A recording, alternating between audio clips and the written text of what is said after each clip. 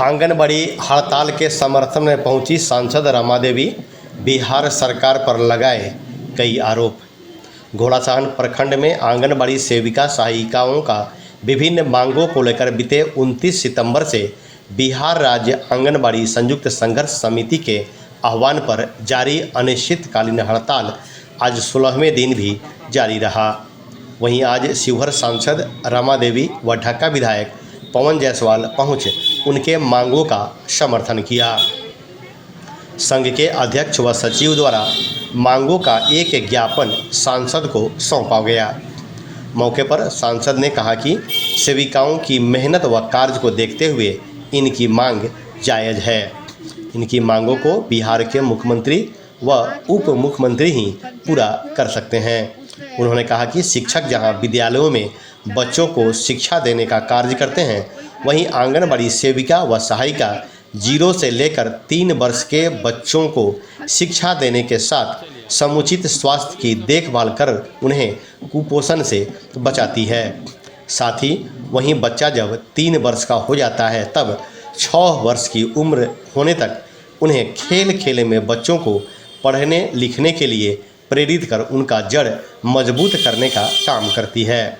इधर ढाका विधायक पवन जायसवाल ने भी मांगों का समर्थन करते बताया कि पूर्व में भी उनके द्वारा विधानसभा में सेविकाओं की मांग को उठाया गया है।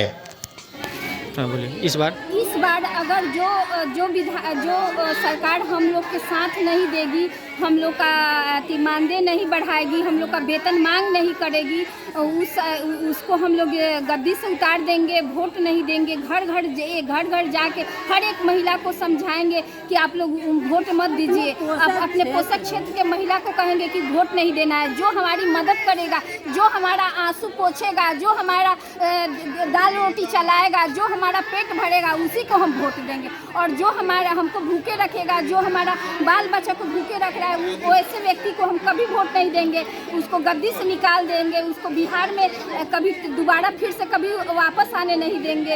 यही मेरा कहना है। क्या नाम है आपका? स्मृति कुमारी, पेंशन काउंटर। जब इन लोगों का हड़ताल चलता है, जनप्रतिनिधि लोग आते हैं और कह के चले जाते हैं, क्या इन लोगों को क्या फ़ायदा होता है? कह के नहीं जाते हैं, रास्ता बताते हैं कि किसका कितना अधिकार है। हम बोल दें इनको कि हम 50,000 का महीना दे देंगे। जो सरकार का मुखिया बैठे हुए और जो सरकार का मुखिया को निर्णय लेना है कि हम इनसे कितना काम करवाते हैं, तो केवल कुर्सी पर मुख्यमंत्री बन जाने से उप मुख्यमंत्री से काम नहीं चलता। एक एक घर का हिसाब किताब रखना उनका काम है कि कैसे कौन आदमी काम कर रहा है, उसकी मजदूरी क्या है और कैसे वो जी रहा है। तो ये कहने के लिए इन लोग को बता दिए हैं कि ये इनको देना है अधिकार और ये करेंगे जो बिहार राज्य के बैठे हुए हैं मुख्यमंत्री हो। एक बात बताओ, जिस समय शिक्षक की बहाली हुआ था 11 महीने का कंट्रैक्ट, उसी समय इनका भी बहाली हुआ था। उनका आज 45 से 55 मंथली चल गया मिलता है, इन लोगों को वहीं से वहीं रह गया। ऐसा क्यों?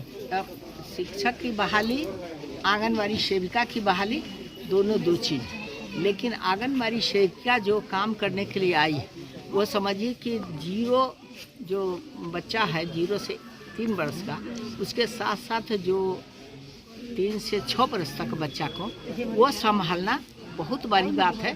अगर ये बेस मजबूत करती हैं तब भी आगे वो बच्चा बढ़ता है। और ये समझिए कि एक बेस है, मजबूती नींव है, और उस नींव को जो आगे बढ़ाने का काम करती हैं तो उनको आँख में दिखाई नहीं दे रहा है, समझ में नहीं आ रहा है। तो ये माननीय मुख्यमंत्री जी को ये आवाज़ बुलंद करने के लिए ये इनका लेटर जाए, चिट्ठी जाए। अगर मान गए तो ठीक है, नहीं तो पटना के धरती पर हमारी महिलाएं जाकर बैठकर विरोध करेगी कि हमारा मानदेय क्यों इतना कम है, एक लेबर क्लास से भी कम है। ऐसा कहाँ है जो इतने टाइम में आपका टाइम से काम करती है। ठीक है मैडम, एक सवाल मेरा